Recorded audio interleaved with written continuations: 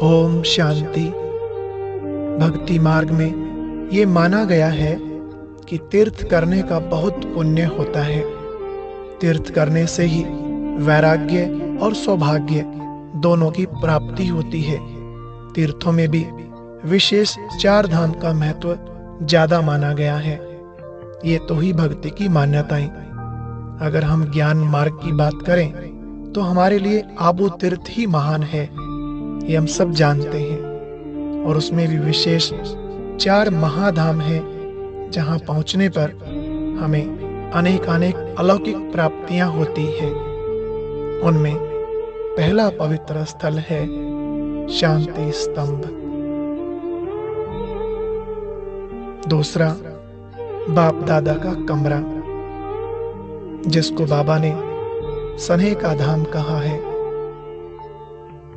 और तीसरा झोपड़ी, इसको नाम दिया है सनेह मिलन का धाम, और चौथा है हिस्ट्री हॉल। भक्ति मार्ग में तीर्थ यात्रा करने का एक निश्चित समय होता है। केवल कुछ दिन ही इसके लिए शुभ माने जाते हैं, लेकिन यहाँ ज्ञान मार्ग में समय की कोई बंदिश नहीं है। हम तो जब चाहे मन बुद्धि के द्वारा अपने 4 धाम की यात्रा कर सकते हैं, वो भी बिना कोई खर्च किए। 4 धाम की इस रूहानी यात्रा के लिए 30 नवंबर 2006 की अव्यक्त मुरली में बाप दादा ने कुछ महावाक्य उच्चारे हैं। आइए पहले वो सुनते हैं, उसके बाद हम आज का योग अभ्यास शुरू करेंगे।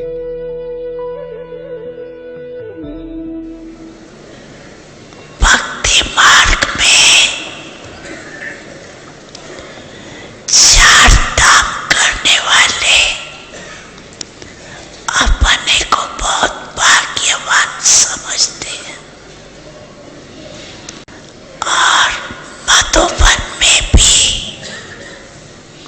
4 धाम है। तो 4 धाम किए बाप दादा ने हर ब्राह्मण को जन्म की सौगात श्रेष्ठ मन का विमान दे दिया। इस विमान में ज्यादा मेहनत नहीं करनी पड़ती। स्टार्ट करना है तो मेरा बाबा बस चलाना आता है ना विमान।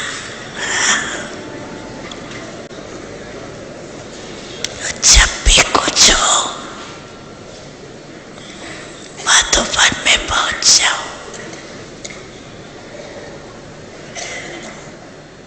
पांडव भवन में देखो 4 धाम है। जो भी आते हो पांडव भवन तो जाते हो ना। एक शांति स्तंभ महाधाम, दूसरा बाप दादा का कमरा, ये सनेह का धाम, और तीसरा झोपड़ी, ये सनेह मिलन का धाम, और चौथा हिस्ट्री हॉल। तो आप सभी ने 4 धाम किए। अच्छा। अभी योग में हम एक एक करके 4 धाम की रूहानी यात्रा करेंगे और आज स्वयं को सर्व शक्तियों एवं सर्व प्राप्तियों से भरपूर करेंगे। तो सबसे पहले चलते हैं शांति स्तंभ के पास। याद करें, अव्यक्त बाप दादा ने कौन से महावाक्य उच्चारे हैं। बाबा ने कहा है, बच्चे, अगर शक्तिशाली बनने की आवश्यकता हो तो शांति स्तंभ पर पहुंच जाना।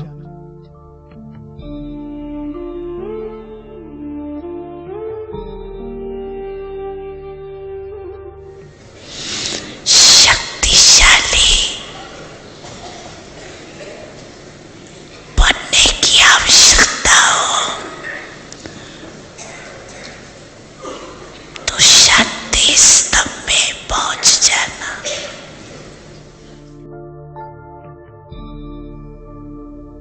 अपने मन की स्क्रीन पर शांति स्तंभ का चित्र बना लें और अपने मास्टर सर्वशक्तिमान स्वरूप को इमर्ज करें।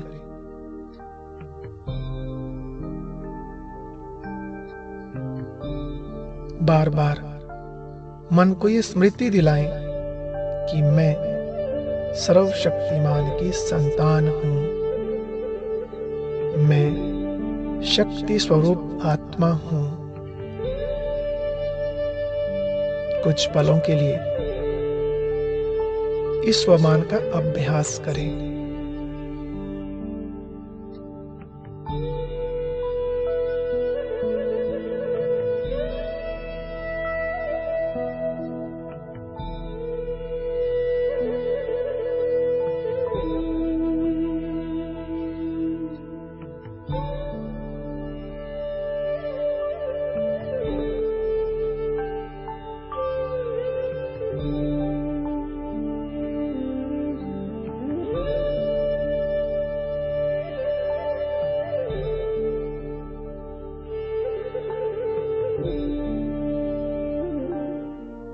मैं सर्वशक्तिमान की संतान हूं, मैं शक्ति स्वरूप आत्मा हूं।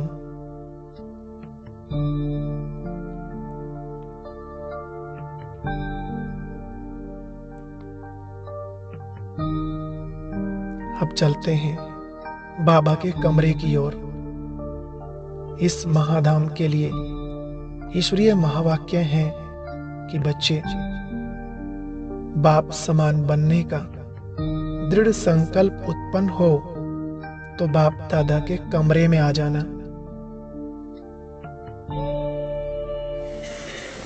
समान बनने का दृढ़ संकल्प उत्पन्न हो तो बाप दादा के कमरे में आ जाना।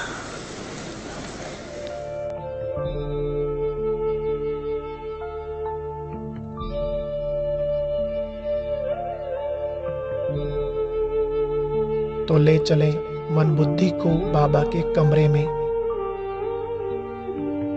वहां के शक्तिशाली वाइब्रेशन को महसूस करें।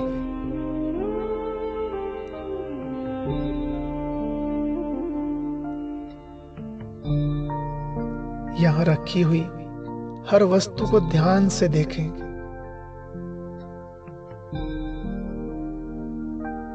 कहां बाबा भोजन करते थे, कहां रेस्ट करते थे।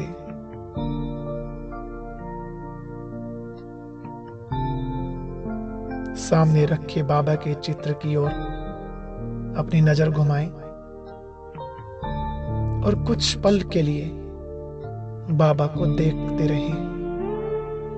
फील करें कि बाबा कुछ कह रहे हैं। आओ बच्चे, बाबा के पास आओ और हम धीरे धीरे बाबा के करीब जा रहे हैं।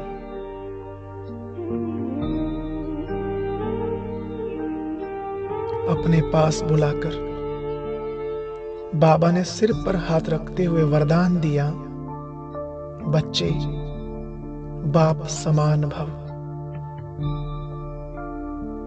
इस वरदान को अपने अंदर सदा के लिए समा लें कि मैं आत्मा बाप समान हूं।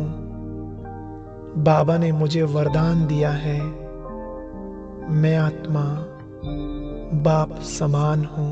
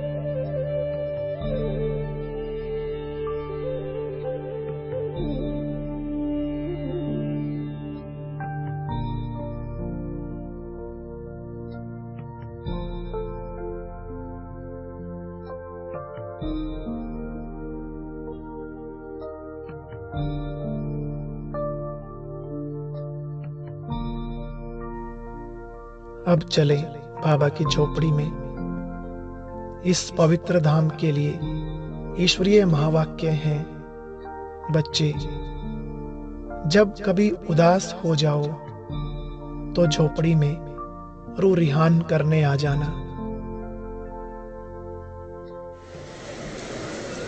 कब उदास हो जाओ तो झोपड़ी में रोरियान करने आ जाना।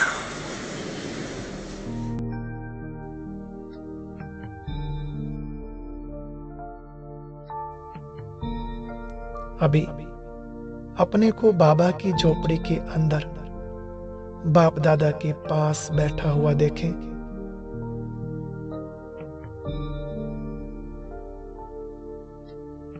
और अपने मन की सारी बातें आज बाबा को सुना दे।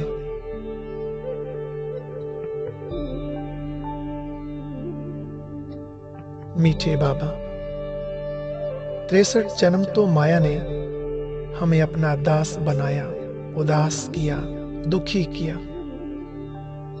अब आपकी याद से हम मायाजीत बन गए हैं। बाबा, अब हमने जान लिया है, इस असार संसार में कोई सार नहीं रहा। यहाँ के सभी संबंध बंधन बन गए हैं। एक आप ही हो बाबा, जो इन सभी बंधनों से छुड़ाकर मुझे सुख देने आए हो, बेहद का वर्षा देने आए हो। आप जैसा प्यारा, आपके जैसा न्यारा इस दुनिया में कोई नहीं है। एक आप ही सच्चे और सबसे अच्छे हो बाबा।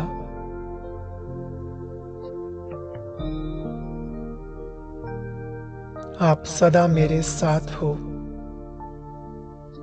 मेरे सिर पर सदा आपका श्रीमत रूपी हाथ है। अब तो जल्दी से आप समान बने और आपके साथ घर चलें, बस यही एक तमन्ना है बाबा।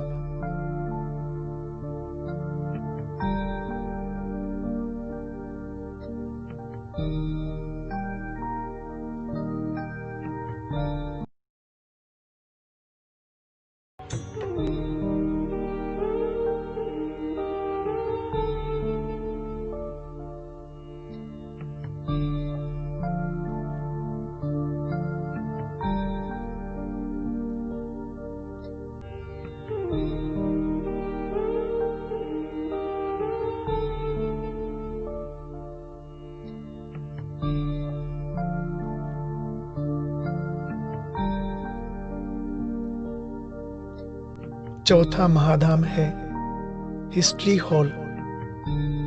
बाप दादा ने कहा है, जब वेस्ट थॉट्स बहुत तेज हों, बहुत फास्ट हों, तो हिस्ट्री हॉल में पहुंच जाना।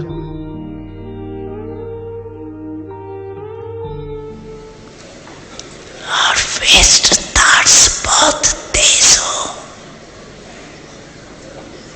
बहुत फास्ट हो, तो हिस्ट्री हॉल में पहुंच जाना।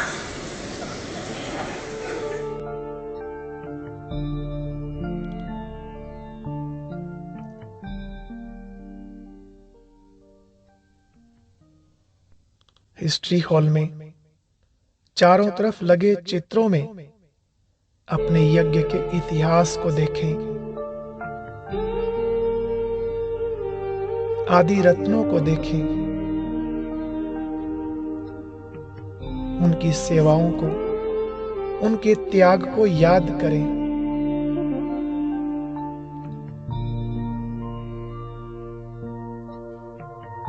मेरे लिए कितनी खुशी की बात है, हम कितने बड़े अलौकिक परिवार के सदस्य बने हैं। डायरेक्ट भगवान की रचना, ब्रह्मा मुख वंशावली ब्राह्मण बने हैं। कितने भाग्यवान हैं हम। अपने भाग्य का गुणगान करो।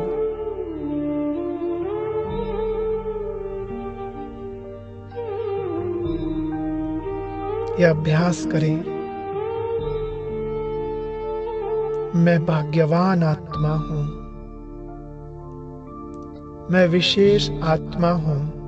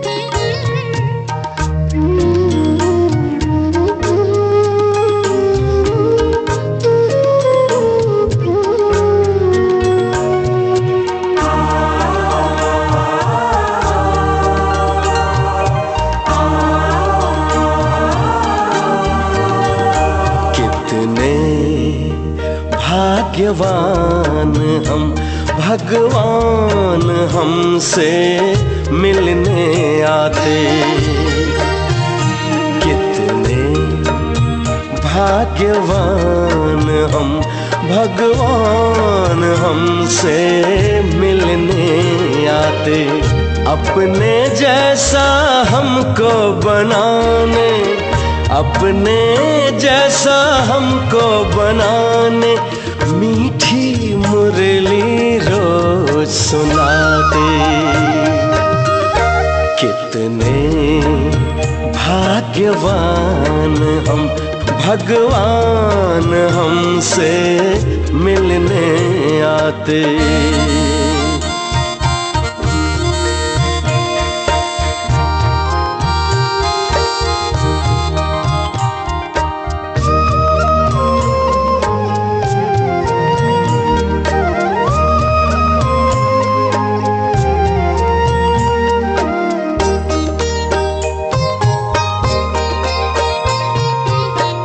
अनजान थे, अज्ञानी थे, फिर भी था हमें बड़ा अभिमान। पहचान दिया कौन है हम, देकर आदि अंत का ज्ञान। कर्मों को सुकर्म बनाने, कर्मों को सुकर्म बनाने शुभ सोचना हमको सिखाते। कितने भाग्यवान हम, भगवान हमसे मिलने आते।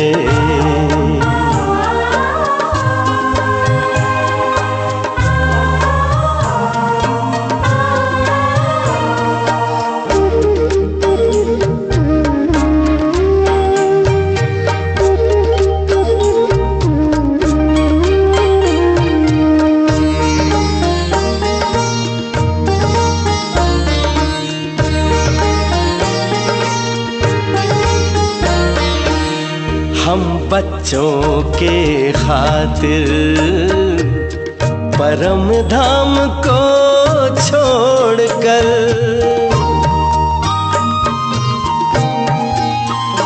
हाँ हम बच्चों के खातिर परम धाम को छोड़कर शक्ति सिद्धि लुटाते।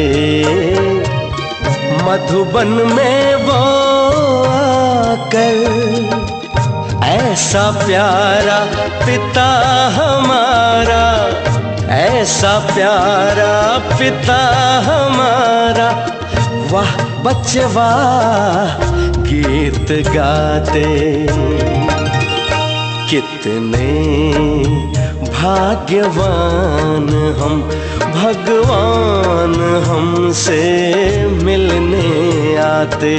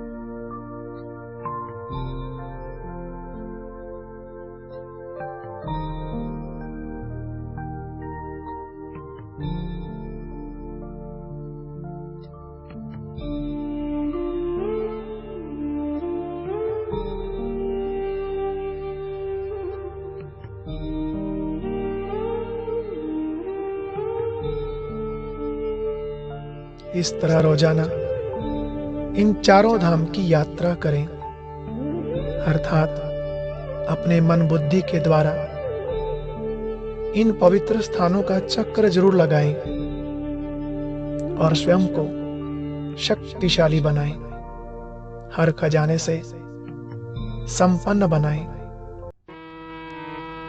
कितना सलोना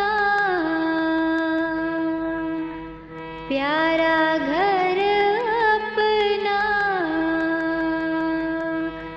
पावन पावन आबू अब्बा का वतन। कितना सलोना प्यारा घर अपना, पावन पावन आबू अब्बा का वतन। पावन पावन आबू अब्बा का वतन। ऊंचे शिखर से ज्ञान बरसे, भिगो रहा है ये धरती गगन। पावन पावन आबू अब्बा